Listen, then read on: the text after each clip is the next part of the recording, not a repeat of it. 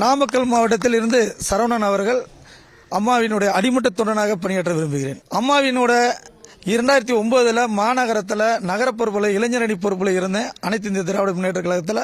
அதன் பிறகு வழிகாட்டுதலின் பிறகு பூத் வாரியாக பணிகளை செய்து மக்களை சந்தித்து கொண்டிருந்தோம்.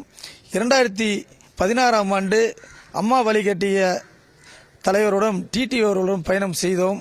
அவருடைய கடகை கொள்கைகள் விலை போன்று தனியார் இயக்கம் கொண்டதால் அம்மா மீண்டும் அதிமுகவோட அடிமட்ட தொண்டர் குழுவுக்கு மாறினோம்.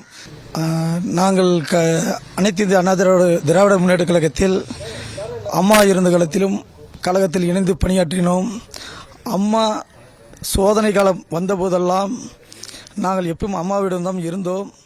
அம்மா தங்களை தற்காலிகமாக கை காட்டி விட்டு சென்ற கழகத்தின் தலைவர்கள் அனைவரும் இன்று திசை திரும்பி வேறொரு பக்கம் திசை போய்கொண்டிருக்கிறார்கள்.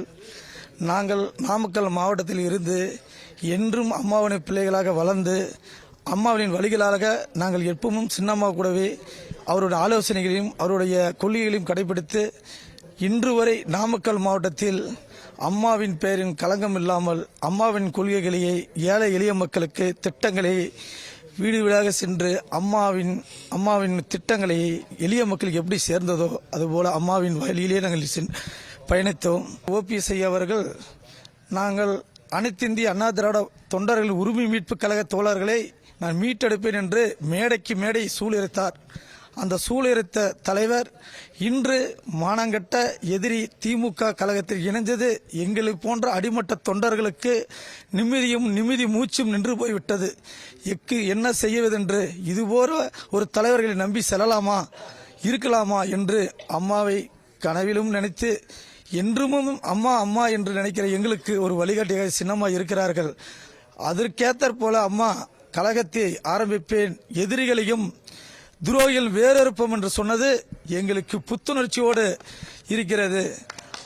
அம்மாவின் பிறந்தநாள் விழா என்பது எங்களுக்கு கொண்டாட்டத்தையும் உறுதியையும் முதுகெலும்பையும் தட்டி தேநீரை போல புது ரத்தம் பச்சுவது போல் இருக்கிறது. புரட்சித்தாய் சின்னம்மா என்றும் நீடோடி வாழ்க வேண்டும்.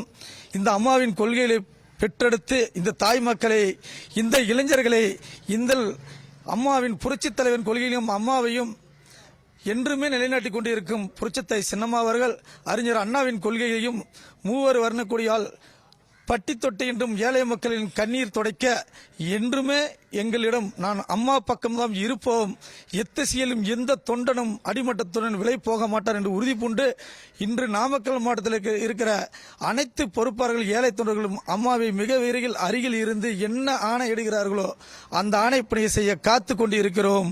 என்றும் அம்மா வழியில் எங்கள் புரட்சித்தாய் சின்னம்மா வழியில் பயணம் தொடரும்.